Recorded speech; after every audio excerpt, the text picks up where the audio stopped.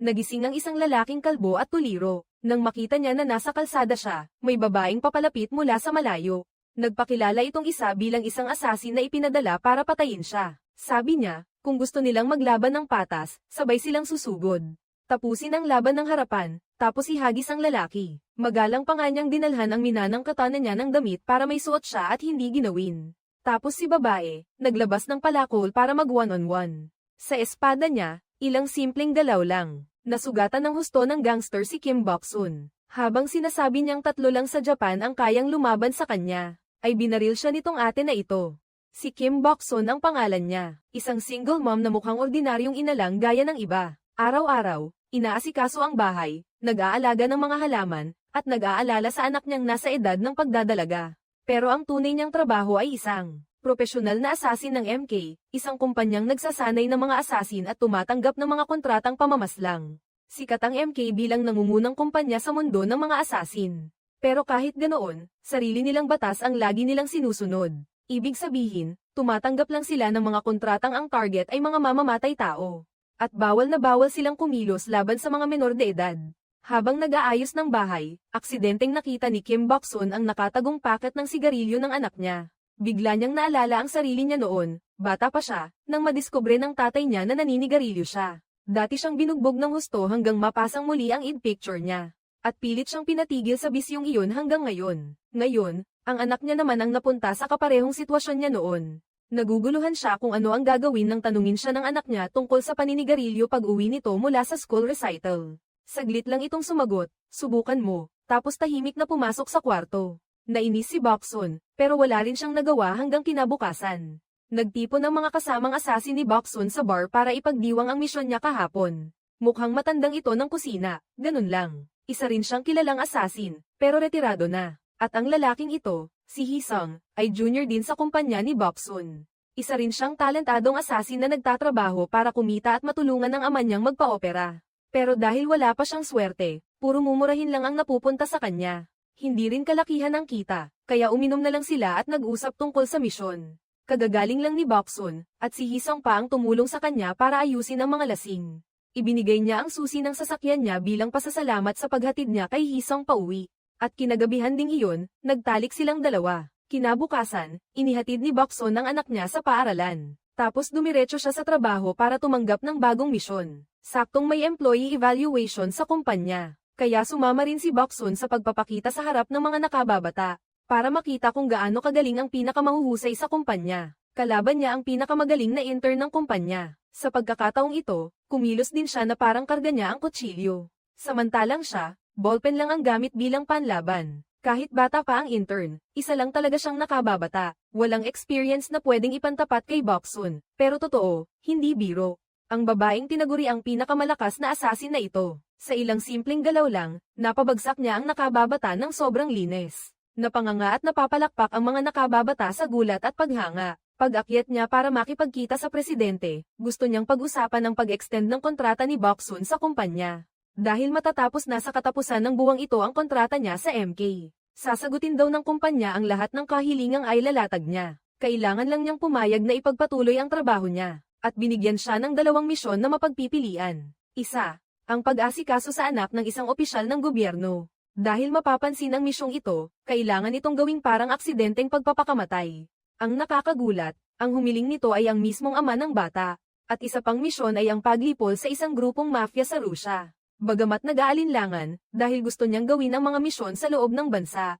Para mas mapalapit sa anak niya, nagpasya siyang tanggapin ang unang misyon. Pagkatapos noon, habang magkasamang kumakain ng tanghalian ang dalawa, si Bok-sun nakatanggap ng tawag mula sa guro ng klase ng anak niya. Dahil sa alitan sa kaklase, gumamit ang bata ng gunting para saksakin ang leeg ng lalaki. Namuntik ng ikamati nito at kinailangang dalhin agad sa ospital. At ngayon kailangan niyang pumunta sa paaralan para ayusin ang gulo. Pag-uwi niya, nag-init ang ulo niya sa anak niya. Nagkaroon ng matinding pagtatalo ang mag-ina sa loob ng sasakyan. Pero matigas pa rin ang ulo ng bata at ayaw sabihin ang dahilan. Kaya siya mismo ang nagsaksak sa leeg ng kaklase. Walang magawa at labis na nalungkot si Bok-sun nang pumunta sa lugar, at si Hee-sung. Habang nagtatrabaho, binigyan niya siya ng payo, na kailangan munang hanapin ang ugat ng sigalot bago ito masolusyonan. At sinabi niyang mabuti siyang ina, kaya dapat tutukan na lang niya ang pagpalaki at pagdidisiplina sa anak. Huwag na siyang makisali ulit sa mga misyong pumatay ng tao. Sa regular na pagpupulong ng alyansa ng mga kumpanyang mamamatay tao, lahat ay nagdududa sa isa't isa tungkol sa mga nangyaring pamamaslang na hindi sumunod sa mga patakaran. At may ilan ding naghihinalang si chairman ng MK, ang nasa likod ng mga ilegal na operasyon na ito. Kaya kinailangan niyang personal na mangakong siya mismo ang magsasagawa ng seryosong investigasyon sa bagay na ito. Kung mapatunayan ng lahat na nilabag ng kumpanyang MK ang batas, siya mismo ang luluhod para humingi ng tawad. Dito, sinimulan na ni Boxon ang misyon niya. Ang katulong niya ngayon ay isa ring trainee ng kumpanya, na siya ring nakasagupa niya kahapon. Ang batang ito ay hindi lang kapwa niya junior, idol din niya si Boxon. Kaya nang makatrabaho ang iniidolo niya, hindi maitago ng bata ang saya. Mabilis na nakarating ang dalawa sa kinaroroonan ng target. Pagkatapos siyang pairan ng pampatulog, sinimulan nilang gumawa ng pekeng crime scene. Nang handa nang hiwain yun ang leeg ng binata, biglang pinigilan siya ni Boxon. Naalala niya ang sariling anak at naawa siya sa binatilyo. Kaya nagpasya siyang patawarin ito at kanselahin na ang misyong iyon. Samantala, ang boss mismo ay personal ding nagsasagawa ng misyon. Mag-isa siyang pumasok sa lungga ng mga mafia ng Rusya. Binunot ang baril at isa-isa niyang inasikaso ang mga ito, mag-isa niyang hinarap ang buong grupo ng mga mafia na parang mga oso. Talagang mabigat siyang kalaban, walang takot makipagbanggaan. Pero masyadong marami ang kalaban kaya naibaon siya. Naramdamang may mali, tumalon ang chairman sa likod ng pader. Kasunod nito, binaril ng buong grupo ng mafia ang pwestong tinatago niya. Noong akala ng grupo na napatumba na nila ang mamamatay tao, bigla siyang sumulpot mula sa kung saan at inasikaso pa ang natitirang mga kalaban.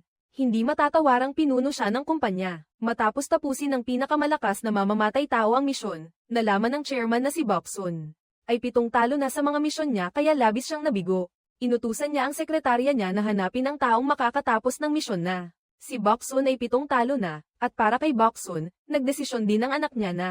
Pag-usapan ng lahat sa ina niya, silang mag-ina ay naupo at nag-usap. At ipinaliwanag ng bata ang dahilan kung bakit niya ginamit ang gunting. Para saksakin ang leeg ng kaklase niya, lumalabas na ginamit ng lalaking iyon ang mga malaswang larawan ng anak niya para ay blackmail siya at pinilit siyang makipag-date sa kanya ng 1 buwan.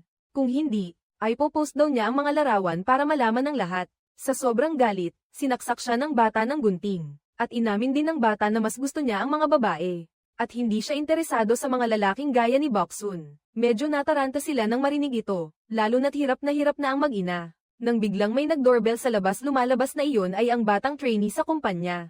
Nakakasipa lang palabas sa misyon. Kaya pumunta siya rito para ipagtanggol si Boxon dahil hinahangaan niya si Boxon. Ayaw na rin itong makisali sa usapan nila ng anak niya. Kaya matigas ang loob niyang kailangan na niyang ayusin ang lahat sa kumpanya.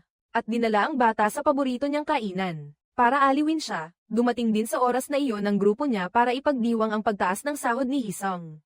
Kaya sabay-sabay silang umupo at kumain ng masaya. Nakatanggap si Hisong ng tawag mula sa sekretarya ng kumpanya at sinabi niya sa lahat na sino mang makapagpabagsak kay Boxon ay agad na aakyat ang ranggo at makakakuha ng 10 bilyong won na reward.